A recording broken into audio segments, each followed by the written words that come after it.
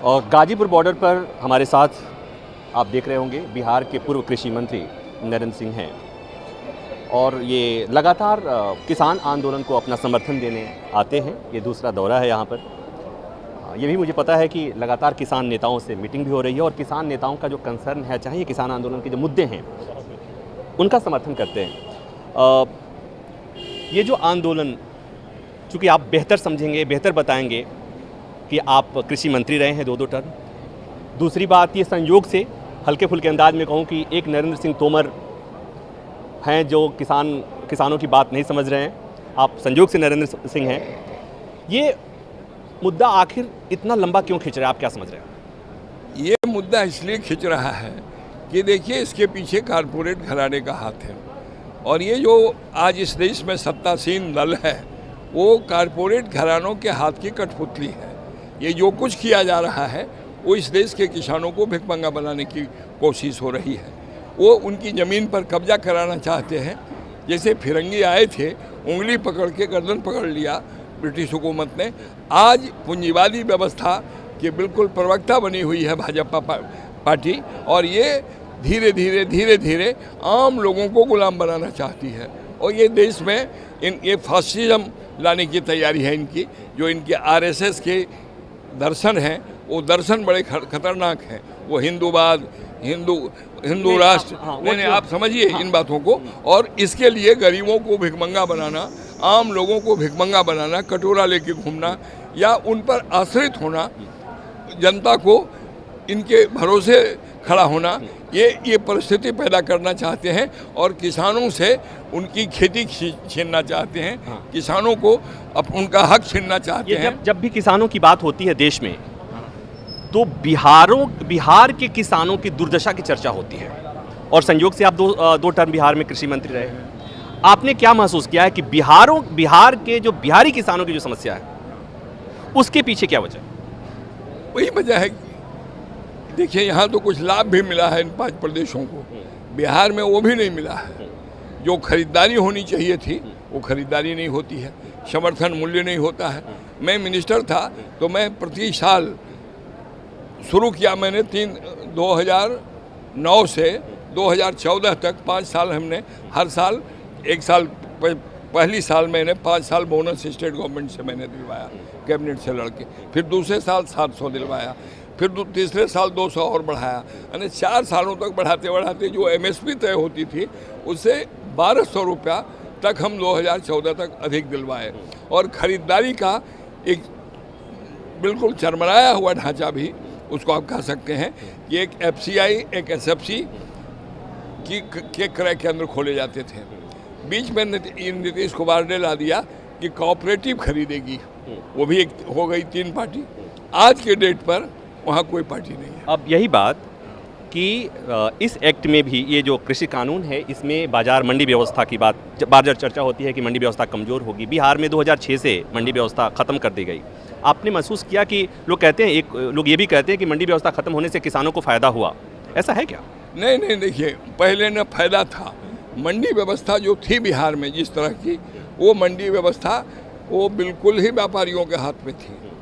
वहाँ ख़त्म करना उस वक्त लाजमी था, इसलिए कि वहाँ बिल्कुल दलालों का अड्डा हो गया था। और यहाँ बाकी जगहों पर भी, माफ़ कीजिएगा, बाकी जगहों पर भी जब मंडी व्यवस्था की जब चर्चा होती है, जब कानून आ रहा था, उस कानून के आने के पहले जो आरोप लगते थे यही लगते थे। मंडी व्यवस्था सब जगह ही कहते हैं कि मंडी व्यवस्था आढ़तियों के चंगुल में है और इसीलिए उसे कमज़ोर करने या ख़त्म करने की बात हो रही है। मैं तो घूमा हूँ, मैं उस दरम्यान अपने कृषि मंत्रित्व काल में महाराष्ट्र में घूमा, पंजाब में घूमा, हरियाणा के कई इलाकों में घूमा और सीजन में देखा कि एक पंचायत में 5-5 सरकारी केंद्र खोले गए।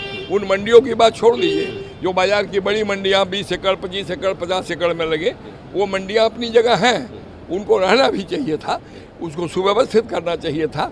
बिहार में जो वो उसे खत्म नहीं करना चाहिए था, खत्म नहीं करना चाहिए था और हमको व्यवस्थित करना चाहिए था कि हम ग्रामीण क्षेत्र में भी क्रय केंद्र खोलें और वहाँ से क्रय करके हम गोदाम में उसका भंडारण करें। हमने गोदाम का भी बढ़ावा किया था।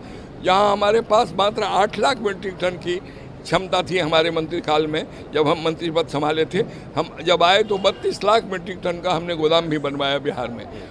आज उन चीज़ों को ध्वस्त करने की, इन्हीं चीज़ों पर हमारे मतभेद बढ़ते गए नीतीश कुमार से, जो हम करना चाहते थे नहीं कर पा रहे थे, और तब इसके बाद हम उनसे अलग हो गए और तब से हम विरोध में थे। अब तो 2019 से मैं आंदोलन, क्योंकि आप आंदोलन 2019 से नहीं कर रहे हैं, आप तो आंदोलन जेपी आंदोलन के समय से, चूंकि आप उस समय के नेता हैं।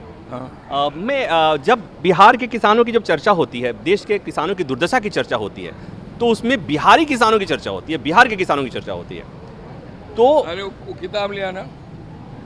अब ये सवाल कि बिहार में किसान परेशान भी हैं, बिहार में किसान का कोई नेता भी नहीं है, बिहार में किसान आंदोलन भी नहीं है, तो बिहार का किसान तो अनाथ है। नहीं, अनाथ नहीं है। बिहार में आंदोलन की शुरुआत बड़े जोर शोर से हो रही है और वहाँ आंदोलन होगा।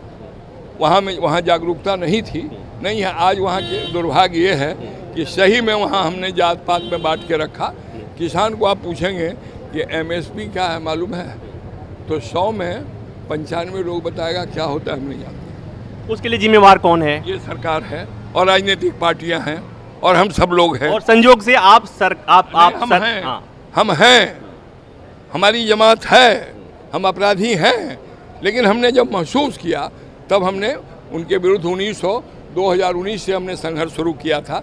ये तो काला कानून भी आया है, तब ये सारे लोग बेचारे आए हैं मैदान में। लेकिन हम इसके, अभी मैं आपको देता हूँ बुकलेट, आप उसको पढ़िए। वो सारे सवालात जो किसानों का हक, इस देश के नौजवानों का हक, इस देश के आम आवाम की आज़ादी को जो छीनने के इन्होंने तरीके अपनाए थे, उनका विरोध हम लोग एक संगठन बिहार नवनिर्माण मोर्चा बना के शुरू कर रहे थे। तब तक कोरोना ने हमारे पैरों में बेड़ियां डाल दी। लेकिन जैसे ही बिहार के पूर्व कृषि मंत्री, जो 10 साल तक कृषि मंत्री रहे हों, वो किसानों के लिए मंत्री पद से हटने के बाद किसानों के लिए जब बात करेंगे तो लोग पूछेंगे, चर्चा करेंगे, कहेंगे कि मंत्री पद पर रहते हुए तो अपने किसानों की सूद नहीं ली। आप देखेंगे हमारा काम, जितना लाभ दिया जा सकता है लड़के हमने दिया है। और बिहार हमारे मंत्रित्व काल में आज़ादी के बाद 2 बार अन्न उत्पादन में कृषि कर्मण पुरस्कार पाया है। ये सौभाग्य मेरे मंत्रित्व काल का है। 2013-14 में और 2012-13 में एक साल हमने गेहूं की पैदावार इतनी बढ़ाई, हमने उनको खाद दिया, बीज दिया, मुफ्त में दिया, उनको पानी दी, हमने बहुत सारी सुविधाएं किसानों को दी।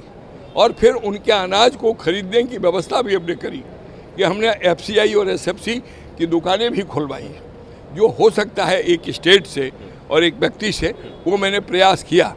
लेकिन ये ज़रूरी नहीं है कि हम हर चीज़ में सक्षम हो जाएं और एक आदमी कुछ कर पाए जबकि पूरी व्यवस्था उसके पीछे नहीं खड़ी होगी। एक नरेंद्र सिंह और एक मंत्री विभाग का वो कर नहीं सकता है। और उसके दुष्परिणाम आगे आए कि मुझे उनका साथ छोड़ना पड़ा और मुझको उनके खिलाफ बगावत करना पड़ा और मैं आज उनके खिलाफ। अब एक सवाल, इस आंदोलन के बारे में जब बात होती है तो लोग कहते हैं, जो इस आंदोलन की मुखालफत करने वाले, वो कहते हैं कि आंदोलन पंजाब, पश्चिमी उत्तर प्रदेश, हरियाणा के कुछ ही किसानों का आंदोलन है, बिहार नहीं है, मध्य प्रदेश नहीं है। तो चूंकि आप बिहार के नेता हैं, ये आंदोलन क्या बिहार जा रहा है, क्या तैयारी है उसकी? आपको वहाँ का मैं कटिंग दिखा दूँ, वहाँ के टीवी न्यूज़, वहाँ के चैनल, आपके भी जो चैनल वाले उनसे पूछ लीजिए कि वहाँ आंदोलन की शुरुआत हो चुकी है। जगह जगह किसानों की पंचायत लग रही है, सभाएं हो रही हैं, प्रतिरोध हो रहा है, तैयारी हो रही है। और तैयारी ऐसी होगी कि आप तो यहाँ ये लोग जाम करके दिल्ली को बैठे हैं, हम देश का चक्का जाम कर देंगे। हम उस चौराहे पर खड़े हैं, हम जब जीटी रोड को जाम करेंगे, कोयला आने नहीं देंगे, तो देश भर में इनकी सारी फैक्ट्रियाँ बंद हो जाएंगी। हम जीटी रोड पर बैठ जाएंगे जिस दिन 5 लाख लोग बिहार के निकल के, और हम उसी की तैयारी में हैं। क्योंकि कोरोना के कारण कोई बात बड़ी हो नहीं पा रही है, इकट्ठे नहीं लोग हो पा रहे हैं। सवाल कहना नहीं चाहिए कि आखिरी सवाल नहीं, लेकिन एक सवाल ये कि जो संसद में अभी तक विपक्षी पार्टियां लगभग साइलेंट थी कृषि कानून के मसले पर, अब थोड़ी मुखर हुई हैं, आपको लगता है कि उसका कुछ असर पड़ेगा? हाँ, पड़ेगा, पड़ना चाहिए।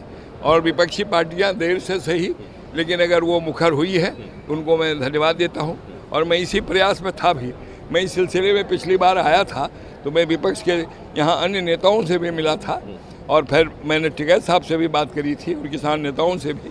और आज स्थिति बदली है। आज विपक्षी लोग खड़े हो रहे हैं और मैं समझता हूं कि विपक्षी खड़े हो जाएंगे बाहर से और जनता भी खड़ी हो जाएगी, तो इस देश में सरकार को झुकना पड़ेगा, ये काला कानून वापस लेना पड़ेगा, और नहीं इस देश में बड़ा जलजला आएगा और एक बड़ी क्रांति हो जाएगी।